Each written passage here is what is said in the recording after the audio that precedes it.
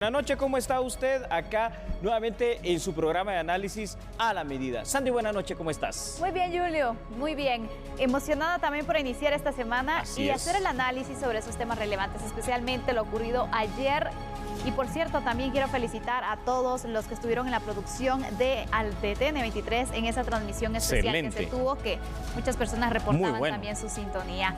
Así que hoy vamos a iniciar, exactamente, hoy vamos a iniciar con ese análisis, porque obviamente tenemos que ver distintos aspectos de las elecciones, Julio. Claro que sí, ¿Qué te parece si iniciamos? Precisamente hablemos entonces de que luego de tener la certeza de su victoria, Alejandro Giammattei junto a su compañero de fórmula Guillermo Castillo celebraron junto a su equipo de campaña y seguidores el haber logrado la primera magistratura del país.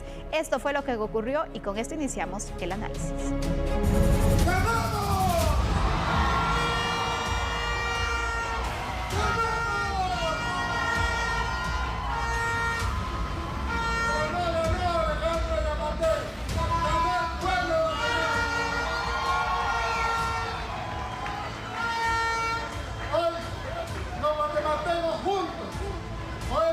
La construcción de una Guatemala diferente. Hoy, los guatemaltecos juntos somos capaces de superar la desnutrición, de superar la violencia, la inseguridad.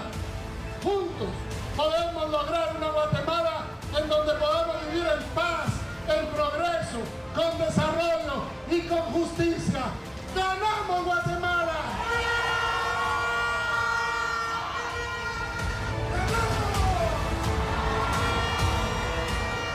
Con esa alegría y júbilo, el presidente electo de Guatemala, Alejandro Giammattei, celebró la victoria, afirmando que el triunfo es de todos los guatemaltecos. Con este resultado, lo único que se confirma es que los guatemaltecos somos hombres y mujeres que queremos vivir en democracia. Somos hombres y mujeres que queremos tener la oportunidad de un trabajo, la oportunidad de educación para nuestros hijos. Hoy, con estos resultados, se demuestra y le demostramos al mundo que los guatemaltecos sabemos elegir y sabemos vivir en democracia, que los guatemaltecos le hemos dicho no a la corrupción, no al pasado. Y le hemos dicho que sí a la innovación y el desarrollo. Este es el momento que nos unamos. Este es el momento de unirnos. Nos movemos. Hoy, a partir de hoy, nuestro trabajo con Willy va a ser unir al país. Nuestro trabajo va a ser recoger a esta Guatemala con dolor que tenemos y llevarla a un sitial de honor. El presidente electo agregó que de inmediato tendrá acercamiento con el actual gobierno para iniciar con el proceso de transición. Integramos los equipos de transición y haremos el nombramiento respectivo para ir a hablar con el gobierno y abrir 5 meses de transición en donde los guatemaltecos podamos conocer a ciencia cierta cómo está el Estado, pero más importante, logremos los acuerdos sociales que se requieren para que juntos, unidos los guatemaltecos, principiemos la construcción de la Guatemala diferente.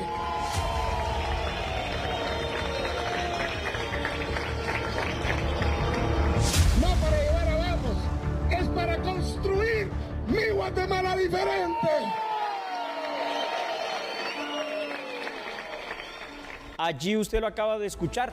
¿Quiere números? El presidente número 51 de la República de Guatemala, electo ayer, Alejandro Giammattei Falla, enfrentará quizá los mayores retos, Sandy, que ningún otro mandatario haya tenido en la historia de este nuestro país.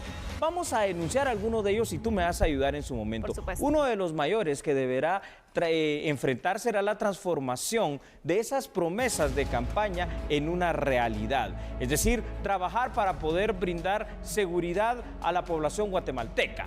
Otro gran reto también lo constituye, por ejemplo, el hecho de encontrar la gobernabilidad y la gobernanza, sobre todo con el tema del relacionamiento con otros organismos como el organismo legislativo, tan segmentado en este momento con tantos partidos políticos allí representados. No es menos importante y menos difícil el combate a la corrupción y el combate a la impunidad que tanto mencionó durante su campaña Alejandro Giammattei.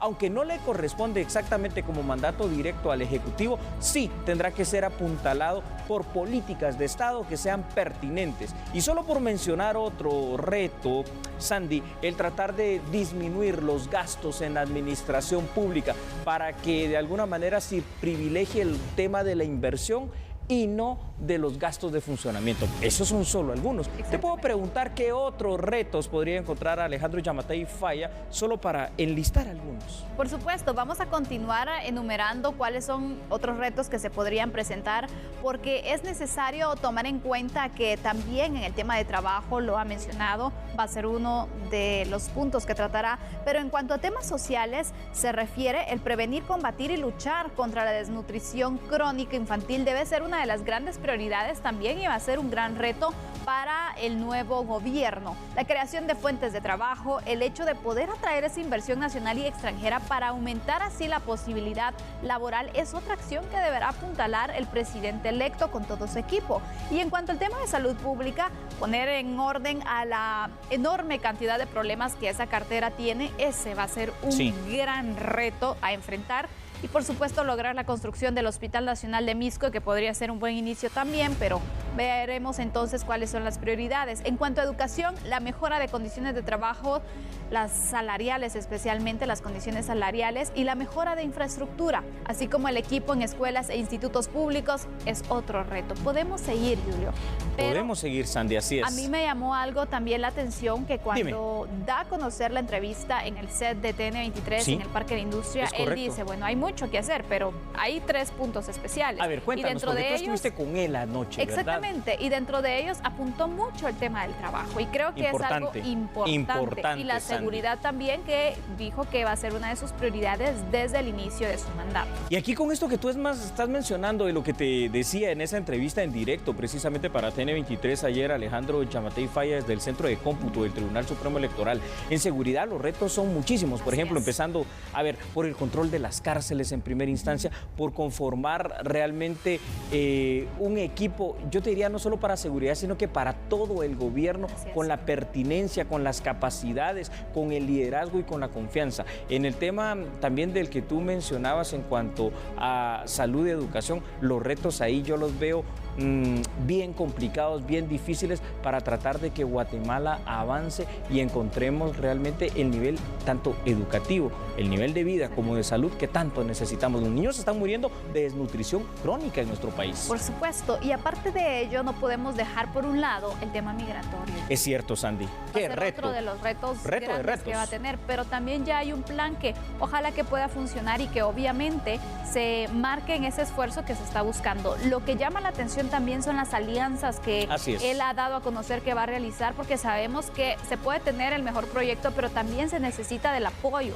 Quiero referirme a algo, lo ha mencionado en sus redes sociales Alejandro Giammattei, de esos acercamientos inclusive con el presidente salvadoreño, y eso a mí me parece muy bueno. Y con México también. Y con México, es que este territorio del Triángulo Norte y realmente de toda Centroamérica y México debemos de unirnos. Los problemas son muy similares, son comunes, y si esta delincuencia, violencia y problemas son transnacionales, debemos de combatirlos de la misma forma. Pero ya esta intencionalidad me parece bien. Como bueno, también me parece que ha dado a conocer, no de ahora, sino que ya de hace algunos días, algunos nombres de las personas que lo acompañarán en su gabinete. Eso denota esa transparencia que es importante para Guatemala. Por supuesto, y sobre todo tener entonces claro, ir conociendo esas caras que van a estar al frente de los distintos ministerios, porque sabemos que cada ministro, cada funcionario público es ese apoyo, ese aliado estratégico que va a tener, porque sabemos que el presidente obviamente necesita de un buen equipo para poder cumplir con los objetivos y poder también de esa manera salir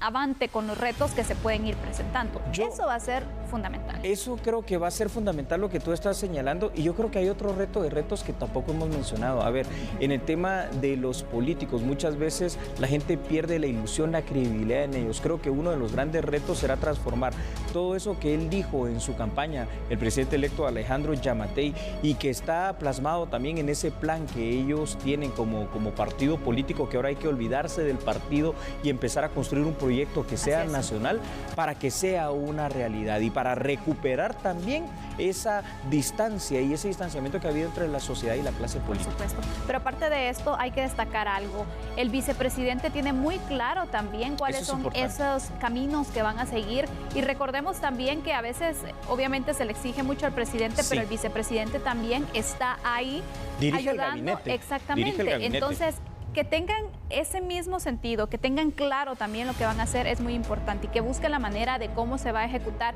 y por supuesto, ojalá también que el Congreso les deje un presupuesto en el cual estos programas, estos proyectos se puedan ejecutar. Es correcto, Sandy. ¿Sabes qué me llamó a mí la atención, ya casi para ir concluyendo? El hecho de que Alejandro Giammattei Falla, presidente electo, ¿verdad?, de Guatemala, se define, o mejor dicho, él se autodefine como primer servidor público. Y eso está bien, que se ubique que él es un servidor público, el que ha sido electo para dirigir y para representar la unidad nacional a través del Poder Ejecutivo. Bueno, con esto vamos a concluir el primer tema de análisis. Vamos a continuar, por supuesto, hablando acerca de las elecciones de ayer y, por supuesto, la jornada, porque hubo muchos puntos marcados en esta segunda vuelta electoral que la estaremos analizando, pero después de la pausa, ¿te parece? Me parece bien, así que no cambie, por favor, y sabe que usted está en sintonía de TN23 y en este momento nosotros somos A la Medida. Más de 4.700.000. Esa es la cifra de guatemaltecos que no acudieron a las urnas durante la segunda vuelta electoral presidencial. El abstencionismo fue alto con relación al registro que hubo en la primera vuelta electoral, celebrada el pasado 16 de junio. La escasez de votantes fue evidente durante el transcurso de la jornada de este domingo. El padrón electoral era un poco más de 8 millones de guatemaltecos aptos para votar, pero la poca participación ciudadana alcanzó un porcentaje de casi el 60%. Históricamente, la segunda vuelta electoral siempre ha registrado menor participación, pero en esta ocasión, la poca participación de los guatemaltecos fue muy notoria.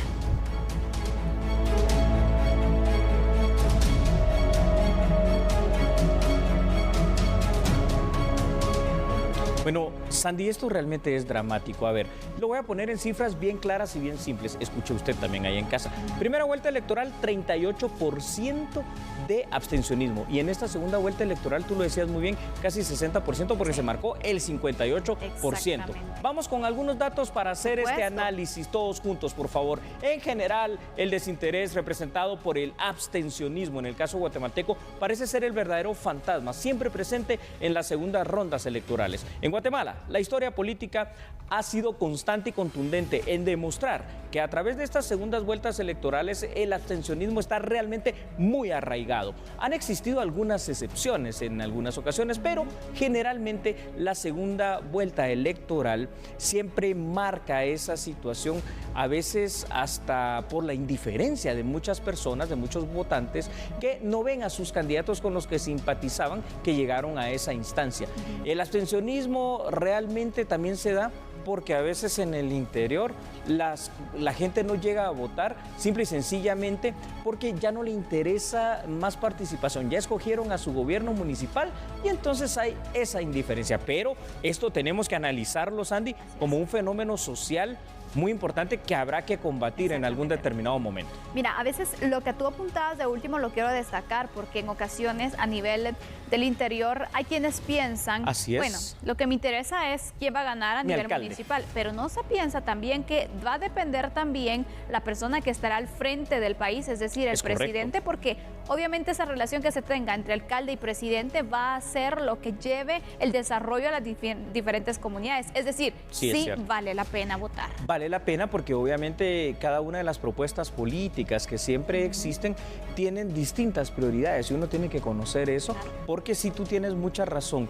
hay, quiera o no quiera, un relacionamiento del poder local, es decir, de las alcaldías con la administración pública centralizada en el poder ejecutivo. Pero a mí lo que me llama la atención población es el desinterés tan marcado, por ejemplo, de grupos tan grandes dentro de nuestra sociedad. Perdona, Sandy, tú eres mujer, pero la mayor cantidad de población en Guatemala son mujeres, no fueron a votar. Los jóvenes no fueron a votar en la cantidad que se esperaba, y realmente todo guatemalteco, porque, a ver, de ese padrón electoral de más de 8 millones de guatemaltecos, demasiado pocos se hicieron presentes. Creo que es necesario que se replantee el tema cívico, ese compromiso, porque mira, muchas de las personas que fueron a votar eran personas grandes. Mayores. Es decir, que cierto. A veces por tradición, por costumbre, porque así por les valor, enseñaron, sí, exactamente, les enseñaron. Ellos van. Y llamaba la atención incluso el caso de una persona de 99 años que acudió a un centro de votación. Y tú te preguntas, ¿cómo es posible? Y con ciertas complicaciones. Exacto, para la movilidad, exactamente, ¿verdad? Entonces, ¿cómo es posible que estas personas y alguien que no tiene pues ninguna complicación, que está más joven y demás, no vaya a las urnas? En realidad, hay que plantearlo desde ese punto, considero, para preparar también a las personas, a los ciudadanos. Y aquí vemos impresionante. Mira, a mí eso me sorprendió tanto que no tienes idea, porque qué gran ejemplo. Pero vemos también que cuando le consultaban decía, bueno, a mí me enseñaron que tengo que ir a decidir por mi país. Yo creo que ahí está la gran diferencia. Es decir, esto realmente se capta en la casa, se capta en el lugar, se capta en las escuelas. Es una cuestión de formación. A ver, por primera vez a uno de mis hijos, en este caso, le tocó votar. Bueno, lo que hice fue llevarlo en estas 2 ocasiones, y yo creo que de aquí en más quede ese ejemplo, pero eso tenemos que hacerlo todos. Ahora, si tú en casa ves que tus padres no votan, no les interesa, yo creo que eso es lo que vas a captar como educación cívica. Y hay quienes nunca han votado, imagínate. Imagínate, Sandy. Eso no puede ser. Pero siguiendo con los datos, a ver, dime. Es que en serio llama mucho la atención el nivel de abstencionismo que se dio en esta vuelta electoral. Cuéntame. Porque en esta jornada se vivió una vez más un fuerte abstencionismo del 57%, solo superada, escuchen muy bien, en el año de 1995, cuando se eligió como presidente Álvaro Arzú. Solo en este momento fue que se tuvo más de este porcentaje. Esto es, la verdad es que nos deja mucho en qué pensar. Mucho en qué pensar. Esto debe incluso llamar la atención a la clase política guatemalteca, que evidentemente no logra captar la atención de grandes sectores sociales como los jóvenes y las mujeres. También es un llamado de atención a la sociedad guatemalteca, que a través de esa indiferencia deja en manos de pocos la elección de los funcionarios que dirigirán el país. Aunque el ciudadano no participe, siempre habrá alguien que gane. Esto es por demás, por lo que votar es una acción que consolida la democracia, y esto es lo que quiero tocar también, resaltar el trabajo que tienen que hacer los partidos, que tienen que hacer también en el tema educativo. Qué bueno lo que has dicho. Porque imagínate, tienes que tener ese acercamiento con la juventud, con los distintos sectores, para que en el día de las elecciones pues tengas esa motivación de poder acudir. Pero si es un tema que lo dejas por ahí rezagado, es decir, va restando la importancia también al Tienes ciudadano. toda la razón. Los partidos políticos en Guatemala han olvidado esa formación constante, continua y permanente que tiene que haber con toda la población, particularmente con los jóvenes, para involucrarlos dentro de la política. Como sea, aquí hemos analizado ya los primeros 2 temas, los retos que tiene el presidente electo Alejandro Yamatei Falla, y bueno, este alto abstencionismo que se dio para esta segunda vuelta electoral. Continuamos con la información en A la Medida. Y el próximo miércoles tendrá lugar la primera reunión entre el presidente de Guatemala, Jimmy Morales, y el mandatario electo, Alejandro Yamatei. Así lo dio a conocer Morales, quien reiteró su felicitación también al binomio que gobernará este país durante el próximo periodo 2020-2024. El presidente Jimmy Morales confirmó que para este miércoles será la primera reunión con el presidente electo Alejandro Yamatei para abordar los temas relacionados al proceso de transición de gobierno.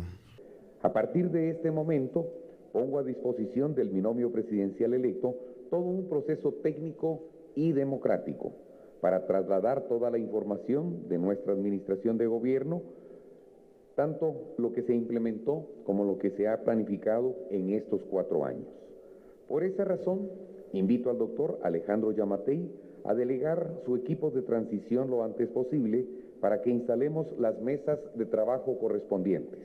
Hemos tenido una conversación anoche vía telefónica con el doctor Yamatei y nos reuniremos, Dios mediante, el miércoles para ponernos de acuerdo con toda la instalación de mesas de trabajo y responsables de cada uno de estas mesas y de estos grupos que se va a trabajar. Uno de los aspectos que el presidente Jimmy Morales discutirá con el presidente electo es el Plan Nacional de Desarrollo, que busca cumplir con los objetivos de desarrollo sostenible. Entre estos, poner fin a la pobreza, hacer frente al cambio climático y luchar contra la desigualdad y la injusticia. ¿Cómo hacer para operativizar esa meta a largo plazo, esos objetivos para el 2032, lo que le correspondería hacer al gobierno durante el 2020, 2023 o 2024? Todo eso definitivamente va a ser parte de una temática a tratar. Creemos que hay algunas políticas que hemos implementado como de gobierno que se convertirán en políticas de Estado, es decir, que van a trascender a nuestro gobierno. El tema de saneamiento de nuestras aguas, el tema de nuestra alimentación escolar, el tema de nuestras fuerzas de seguridad modernizadas, pero también podríamos hablar de la política abierta o lo que es la lucha contra la corrupción y la transparencia, en donde nosotros nos hemos inscrito a la OCDE buscando poder pertenecer a los países que tienen las mejores prácticas administrativas de transparencia y lucha contra la corrupción. Nos gustaría que pudiésemos seguir con todos los procesos de construcción, ya no solo de modulares, sino de institutos técnicos y de alta tecnología para nuestros estudiantes. Nos gustaría que continuaran en el tema de atención a nuestros migrantes, la construcción y la apertura de más consulados. Nosotros logramos llegar a 19, compramos un edificio en Los Ángeles para ya no seguir con rentas innecesarias. Después de 168 años de presencia consular en Los Ángeles, no se había comprado un edificio. El presidente Morales confirmó que otro tema a discutir con el presidente electo Alejandro Yamatei será la seguridad, que estará a cargo de las AAS. ¿Por qué? ¿Por qué? No, pero ¿por qué de verdad, Sandy? ¿Por qué falló el voto en el extranjero? Lo vamos a analizar porque también fue parte del abstencionismo que se registró. Magnificado. Así que no cambia, ¿verdad? Somos Bueno. TN23 y por supuesto somos A la Medida. Que usted acaba de ver en pantalla acá de A la Medida es contundente, ¿no?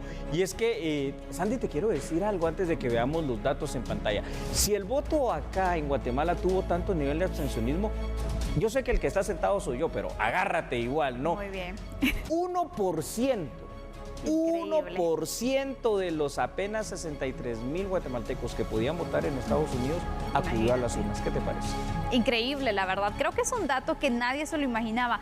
Sí se esperaba que fuera menor, porque obviamente Pero, ¿qué tan es lo que se menor, piensa en una segunda vuelta, pero Sí. es la primera vez que se lleva a cabo este proceso en Estados Unidos, especialmente. Sí. Y que sea menor el interés. ¿Qué falló? Eso es lo que vamos a analizar en este Analicemos momento. entonces, ¿te Por parece? supuesto. Claro que si usted en pantalla va a ver unos datos para que podamos todos juntos hacerlo. Las elecciones presidenciales en el extranjero, que solamente se realizaron realmente en Estados Unidos, fuera de Guatemala, fueron un verdadero fiasco. El Tribunal Supremo Electoral habilitó centros de votación en 4 ciudades de Estados Unidos, en Houston, Texas, en Los Ángeles, California, en Silver Spring, Maryland y en Nueva York. Ahora bien, les decía, de un total de 63,000 personas, solamente, escuche usted, 734 emitieron su voto en la primera vuelta, mientras que en esta segunda vuelta la participación total fue de 520 ciudadanos guatemaltecos. Esto pudo haber tenido varias causas. Voy a dar solamente alguna de ellas. La primera y la más lógica, el desinterés, por ejemplo, de la oferta política que presentaron en su momento cada uno de los partidos en contienda, no necesariamente los dos últimos. A eso también, Sandy, hay que sumarle una cuestión que de verdad es una preocupación latente, el tema de los migrantes guatemaltecos preocupados ante las fuertes políticas represivas del gobierno estadounidense de Donald Trump en cuanto a una posible deportación. Yo creo que se mezcló ese miedo allí. Y yo creo que el último podría pesar mucho, o Muchísimo. pudo afectar mucho para que las personas acudieran, porque Cierto. el miedo que obviamente se Cierto. generaliza Fundado. y se da exactamente en el hecho, bueno, uno, pensaría un migrante, los norteamericanos saben que hoy son las elecciones en Guatemala y que hoy se van a desarrollar aquí también. Estos 4 lugares posiblemente van a tener algún tipo de retén, algún tipo de operativo. Posiblemente, sí. Y no me voy a arriesgar. De hecho, varios incluso y lo han marcado que se han decidido mejor resguardarse, ya ni salir ni nada, porque el temor que se tiene a nivel general es bastante alto en el tema migratorio y en los migrantes ilegales. Entonces, yo creo que esto pudo ganar mucho. No, tienes toda la razón, Sandy, muy fundamentado, sobre todo cuando vimos los operativos que se hicieron la semana pasada por el gobierno estadounidense, que ahora fueron dentro de empresas directamente, ¿verdad? Ahora, hay otras causas, Sandy, innegablemente. ¿Cuáles pueden ser esas otras causas de por qué falló? Aquí no fue abstencionismo, aquí es que falló literalmente el voto en el extranjero. Exactamente. Seguramente hay que mencionar algo también, que faltó una mejor y eficiente campaña de información, a lo mejor, pero le mostramos estos datos en pantalla para poder desplegar así algunas de las causas o posibles causas por las cuales se da pues esta situación en el extranjero con el voto.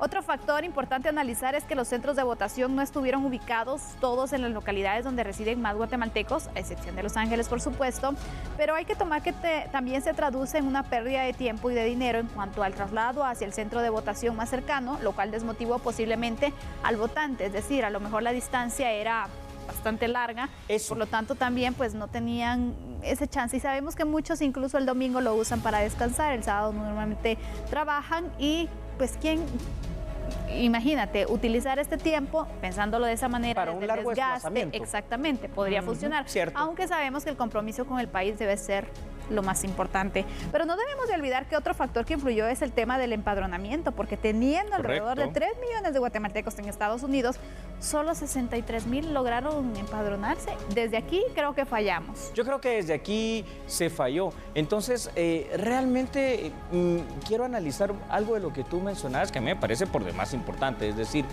salvo las mesas que se habilitaron en Los Ángeles, California, en los otros lugares creo que quedaron muy alejados de donde verdaderamente están los guatemaltecos. A ver, yo pregunto, solo pregunto, ¿por qué no se habilitó en Chicago? En Chicago la colonia guatemalteca es bastante grande, en la misma Washington DC, pero no. Entonces creo que esto, como tú dices, afectó muchísimo. Sea como sea, creo que será una tarea ahora muy pendiente para analizar si en las próximas elecciones, yo creo que el análisis no es si se deben o no dar votaciones en el extranjero, por supuesto que sí. La cosa es cómo haces tú para facilitar lo que tú decías también ahorita al final, es decir, campañas de sensibilización, de información, de que yo me sienta motivado, pero además de que yo cuente también con mi documento de identificación y que esté dentro del padrón electoral. Mira, yo creo que esta fue una buena experiencia, el primer evento que se lleva a cabo, pero ahora pues quedará también dentro de esas experiencias a considerar para los distintos partidos políticos. Uno, es necesario que teniendo tantos migrantes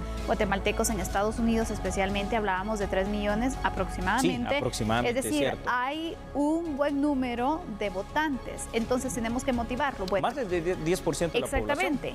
Aquí en Guatemala, que es en los partidos políticos, establecen distintas unidades, distintos núcleos para poder buscar y atraer al votante. Bueno, creo que esto no se hizo en Estados Unidos. Pudo fallar también. Sí, pudo fallar, Sandy. Y ¿sabes qué es aquí lo que es lamentable? O sea, el migrante no solo es nuestro hermano guatemalteco que está en Estados Unidos, es tan importante para este país, no solo por el relacionamiento con su familia, sino por el tema de las remesas, por su trabajo, por la representatividad, por todo lo que hace allá en ese país. Es muy importante que el migrante pueda tener la opción también de ver qué es lo mejor políticamente en su criterio para que dirija nuestra nación Guatemala. Y entonces también creo yo que vale la pena resaltar algo. Se le reconoce al Tribunal Supremo Electoral que por primera vez lo pudo implementar. Eso es bueno, es un avance. Por supuesto, pero hay que ir mejorando y con tiempo. Mucho.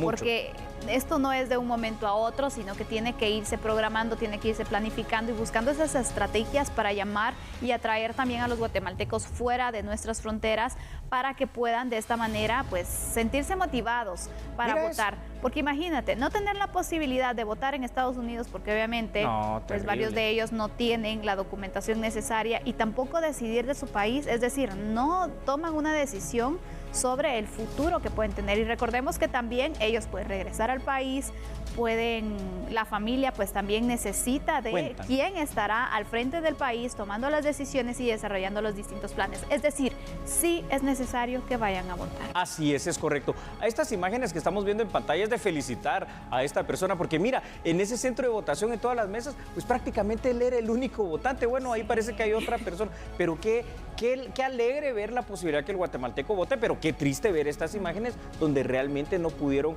acudir nuestros connacionales. Como sea, Sandy, creo que de esta manera estamos cadenciando ya precisamente lo que es este importante análisis sobre el tema no menos importante del voto del guatemalteco en el extranjero.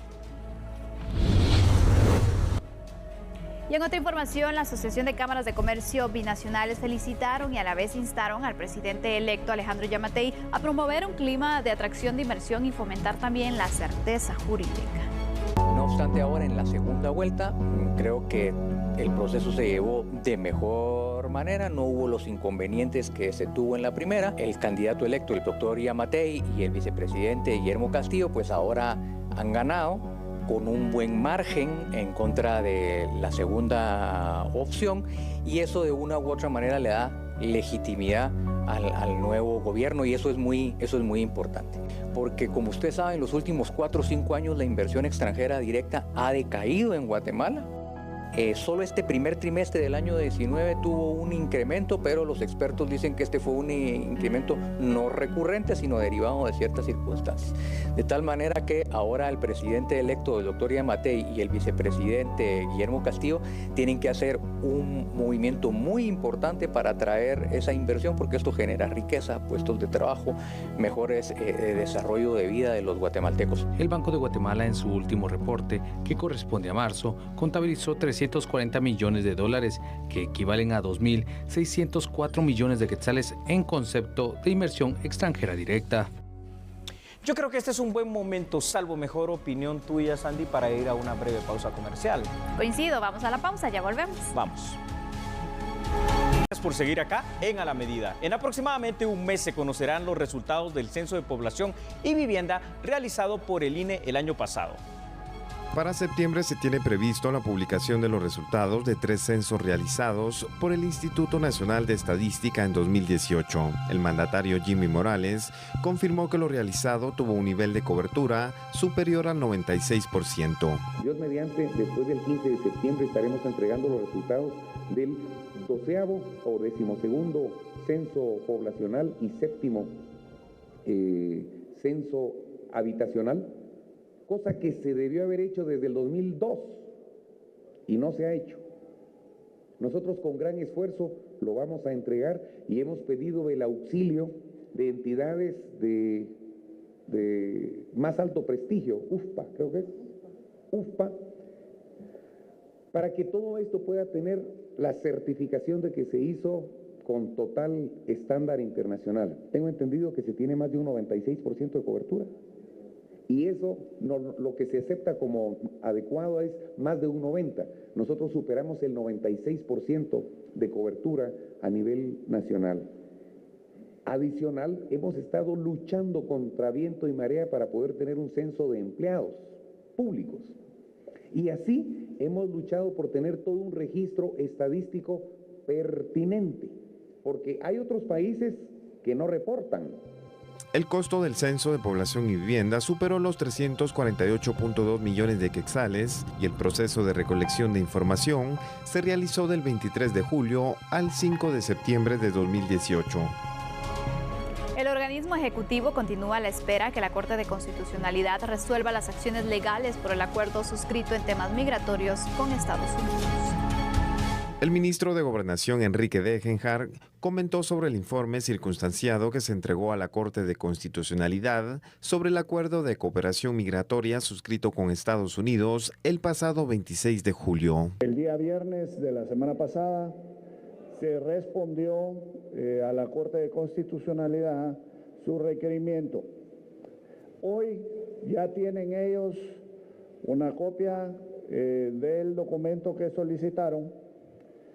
Y por supuesto, lo que esperamos ahora es que a la mayor brevedad la Corte de Constitucionalidad resuelva este recurso de revocatoria en cualquiera de los sentidos que ellos decidan resolverlo. Creo que es importante manifestarles nuevamente que a través de información y comunicación que hemos tenido con el gobierno de Estados Unidos, ya están ellos claros, y así lo manifestaron, que estamos llegando a un punto en el cual hay que definir qué va a hacer Guatemala como país. Eso implica que independientemente de quién tenga la responsabilidad de la conclusión del proceso, ellos esperan en un plazo perentorio corto que se resuelva. En dicha comunicación, por supuesto, esa percepción que ellos tienen dentro de sus funciones de los riesgos que pueden aplicarle a Guatemala en el sentido de lo que ya nos manifestaron, ahora sí lo vemos de muy corto plazo.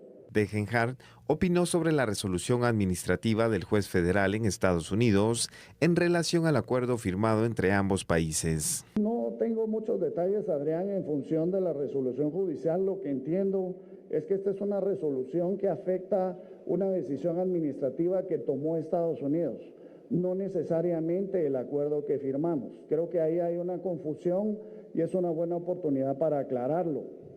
Ellos tomaron una decisión administrativa, la cual siguió su proceso y se está desarrollando en Estados Unidos. Eso no vulnera ni suspende la negociación que estamos haciendo de parte de Estados Unidos. La que sí lo suspende es el amparo interpuesto en Guatemala. A ver, escuche por favor esta información muy interesante, creo yo. Representantes del gobierno de El Salvador felicitaron al presidente electo Alejandro Yamatei, pero además esperan que a corto plazo se logre concretar una reunión de trabajo entre ambos mandatarios.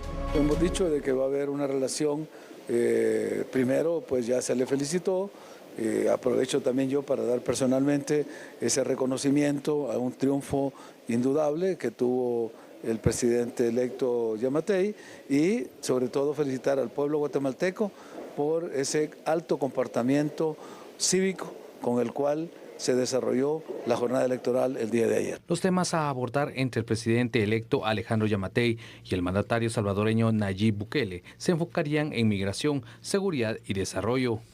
Estamos pasando por una situación crítica, no se puede ocultar el fenómeno de la migración forzada. Nuestro gobierno, a través del presidente Bukele, ha aceptado la responsabilidad que tenemos los gobiernos del Triángulo Norte de esta situación. Y en ese sentido, al aceptar la responsabilidad, hemos asumido también el reto, los desafíos para resolver las causas que generan esa migración.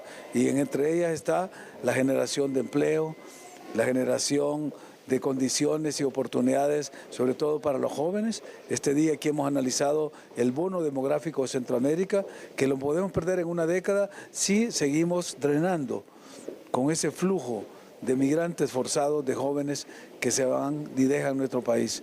Eso es un activo que tienen las naciones. Y bueno, de esta manera finalizamos con la emisión de hoy. Lo esperamos siempre mañana en punto de las 9 de la noche. Gracias, muy buenas noches.